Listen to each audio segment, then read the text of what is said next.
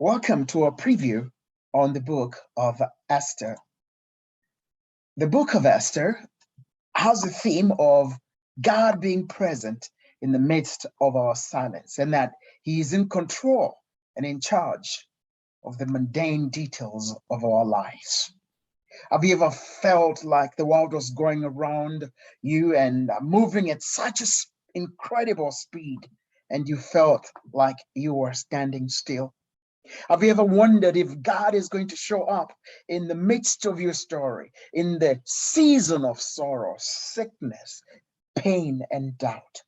When tragedy and hopelessness seems to be crouching at the door of your life, do you find it difficult to see God in your story? Well, welcome to the study or to our study on the Book of Esther.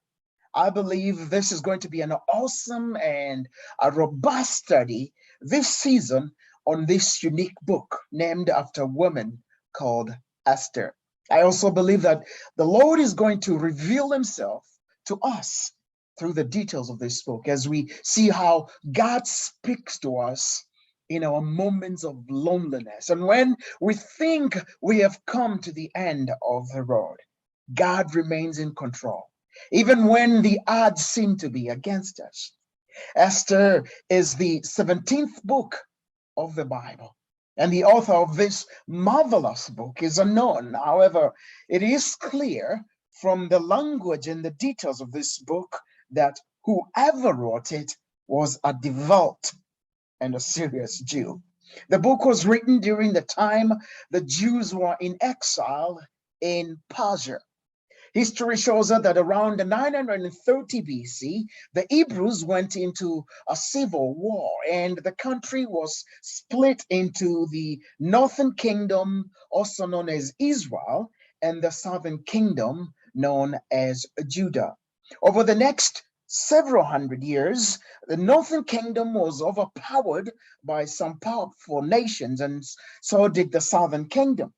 Southern kingdom was taken by Babylon under the leadership of King Nebuchadnezzar about 586 BC and about 485 BC. Babylon under King Nebuchadnezzar went to war with Persia, and a king known by the name of Xerxes comes to the scene. You will recall that Jerusalem had fallen to Babylon around 586 BC, and therefore the residents of Jerusalem were taken to Babylon as slaves. And about 50 years later, Babylon was conquered by Persia.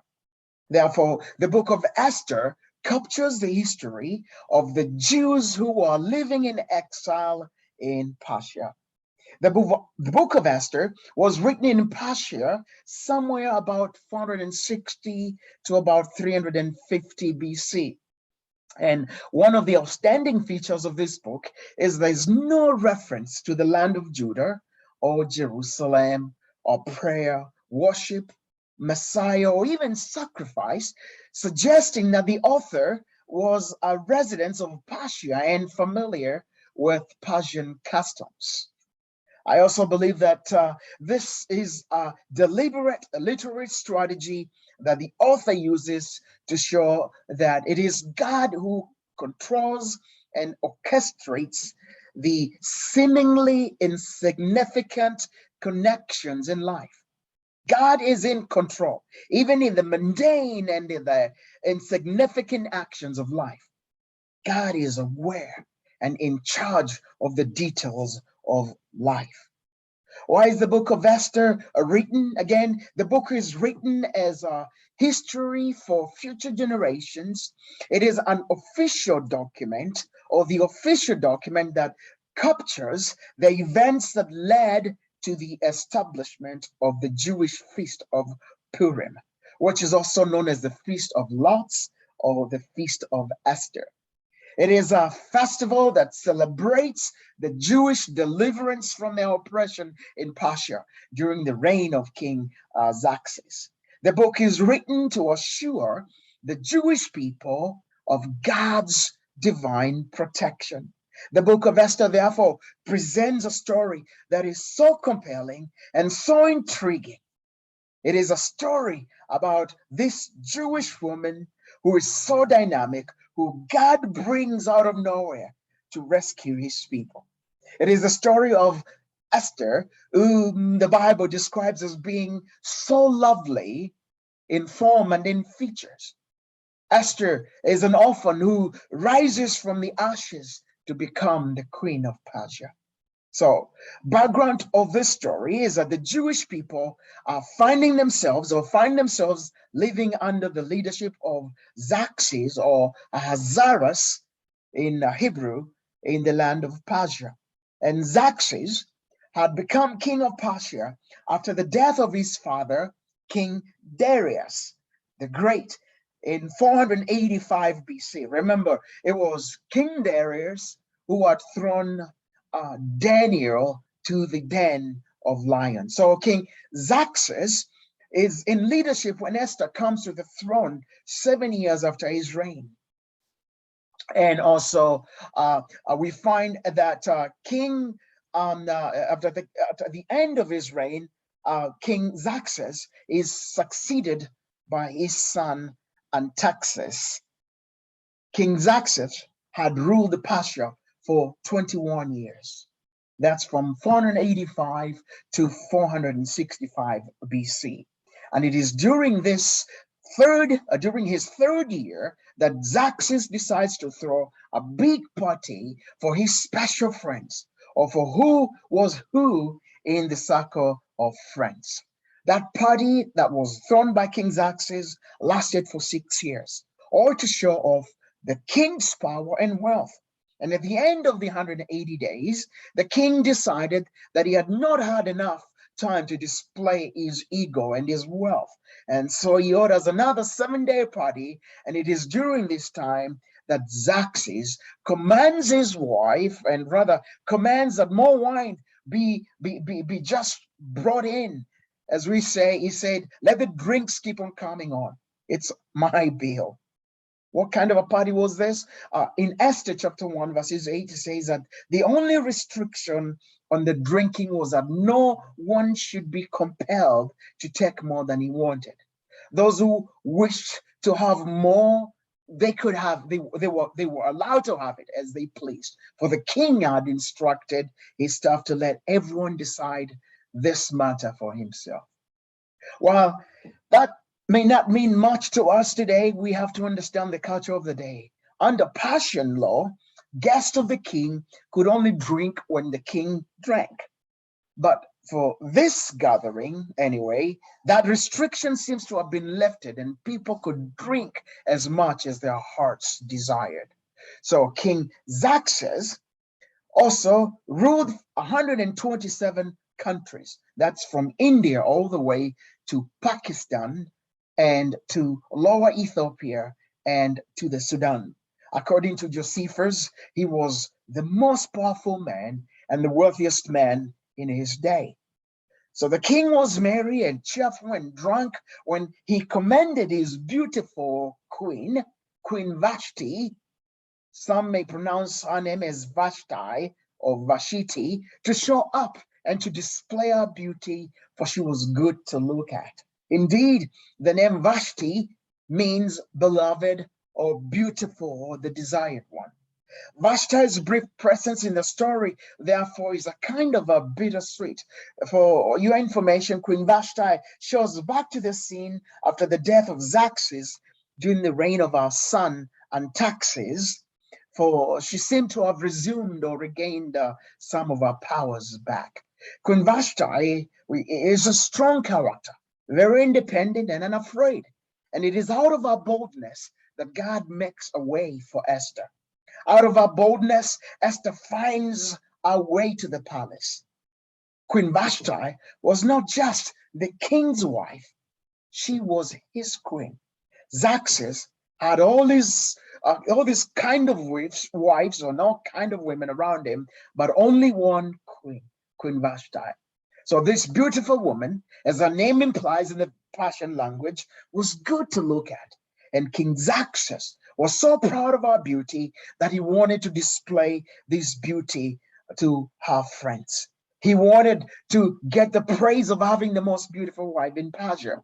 Verse 11 of Esther chapter 1 reads, on the seventh day, when King Xerxes was in high spirits from wine, he commended the 7 eunuchs who served him, who are Memuman, Biztha, Habona, Bigtha, Abagtha, Zeva, and Carcass, to bring before him Queen Vashti, wearing a royal crown, in order to display her beauty to the people and to the nobles, for she was lovely to look at. The king says to his friends, you ought to see my queen. She's a knockout. Uh, he orders 7 of his special servants or eunuchs to get Vashti and to put the crown on her and to let her walk in his presence and in the presence of his guests.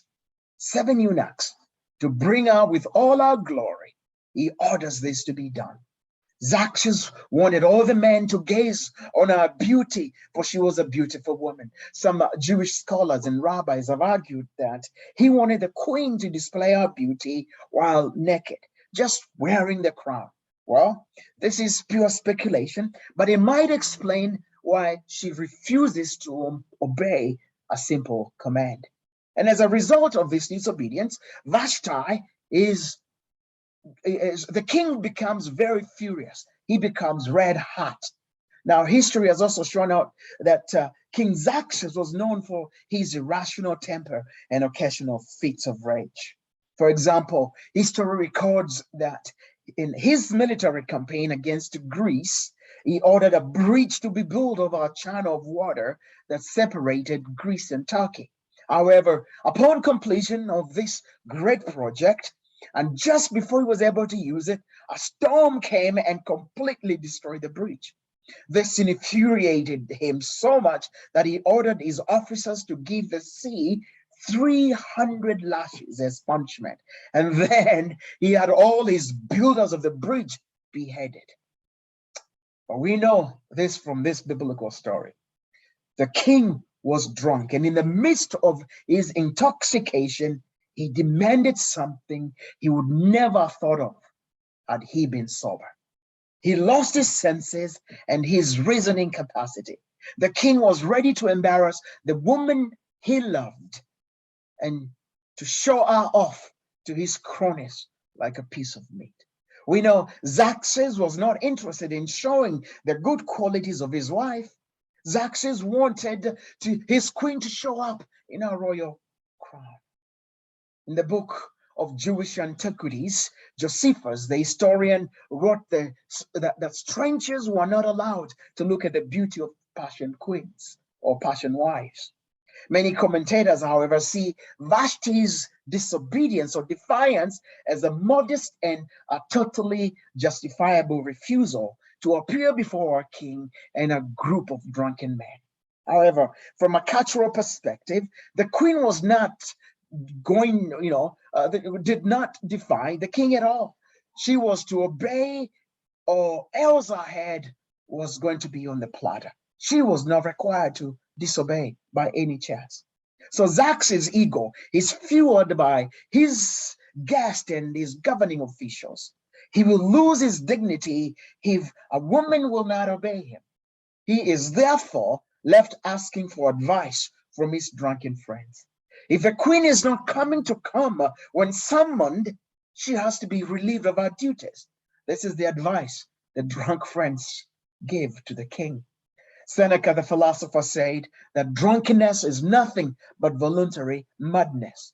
Verse 13 states that the king immediately consulted with his wise advisors who knew all the Persian laws and customs, for he always asked their advice.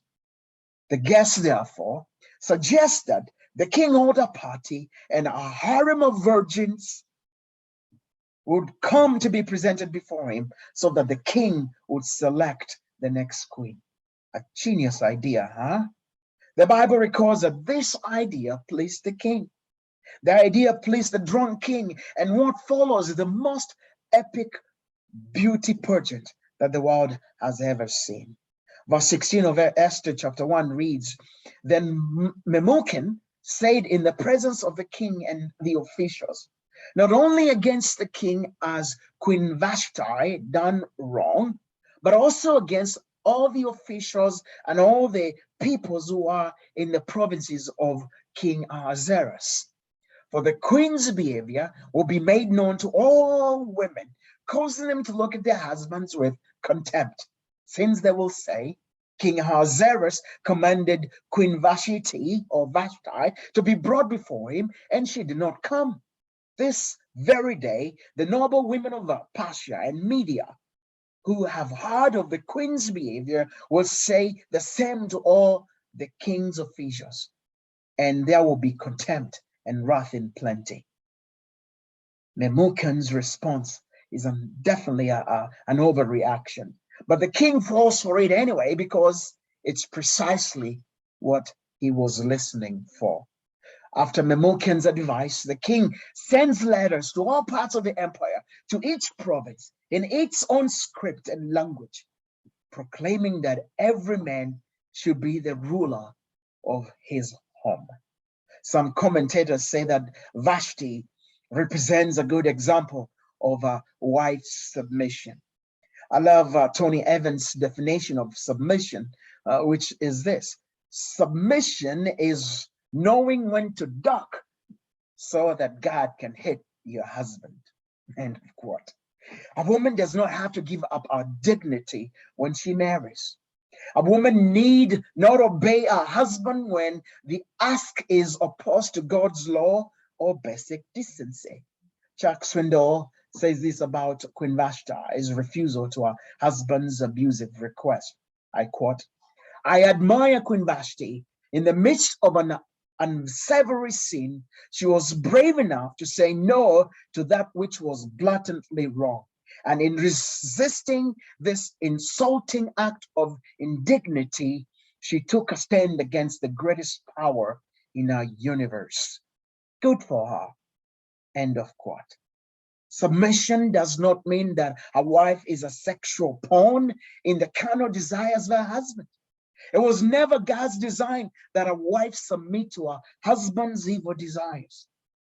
In King Ahasuerus' case, this took the form of desiring to display her before those whom had nothing in mind but lust. So when what he asked was not submission; it was sexual slavery.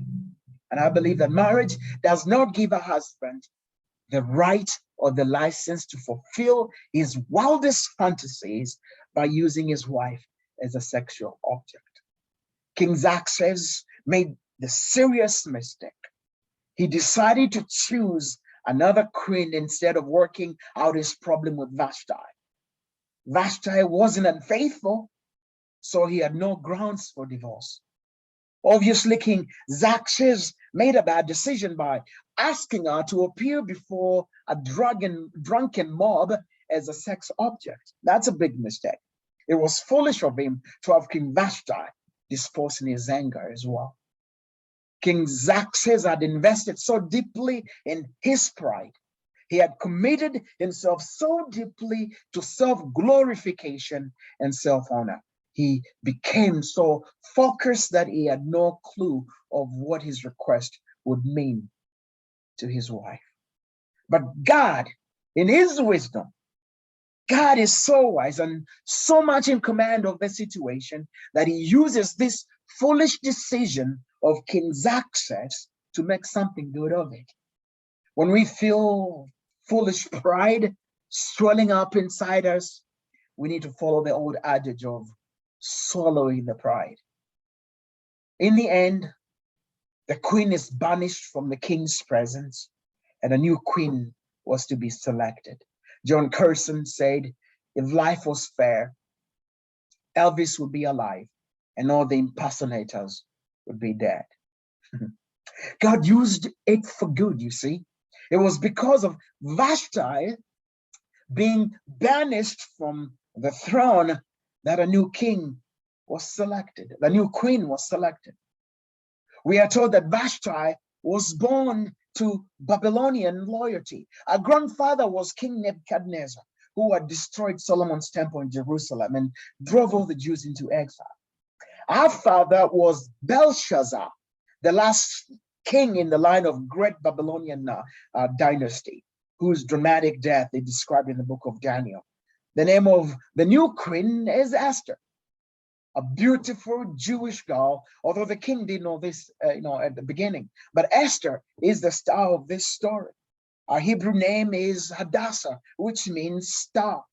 Esther's story is plagued by the death of her parents and living and working in exile, from an orphan to a queen. Sounds like a Hollywood story, doesn't it? Maybe God is present in this story after all. An interesting fact about this book is that we don't find the name of God or the Messiah being mentioned at all. God seems to be silent. Another by the name of J. Baxter has written, God may be invincible, but he is infallible. He may seem strangely silent, but he remains sovereign. He be unsuspected, yet is all-knowing, always present, all-powerful. He guides and guards. Evil may be temporarily permitted, but ultimately it is frustrated. Behind a frowning providence, God hides a smiling face. In this book, we also have a presence of a God-fearing man by the name of Mordecai. Mordecai is the oldest cousin of Esther and the adopted parent of the star of this story. Mordecai is faithful and loyal to his king and protective of his cousin Esther. He's the protagonist in this story. We find Mordecai, even though a Jew, he had settled and become cultured in the lifestyle and the ways of the Persians. He was like one of them. Haman is the next character, and Haman is the antagonist in the story. Haman was wealthy, influential, and a powerful court official. He was second in command to the king. This was all fine and dandy, but Haman was hateful, conceited, and worst of all, anti-Semitic. Esther comes to the king during his 7th year, after the anger of the king had subsided. In chapter 2, verses 2, we read, "Let a search be made for beautiful young virgins for the king." See, this is the plot and the background of this book of Esther. We shall learn from this intriguing story about these characters. What can God have in store for an orphan girl living in a foreign land? Join us for more of Esther in the coming weeks as we explore God displays beauty through some tragic and yet powerful moments. Thank you.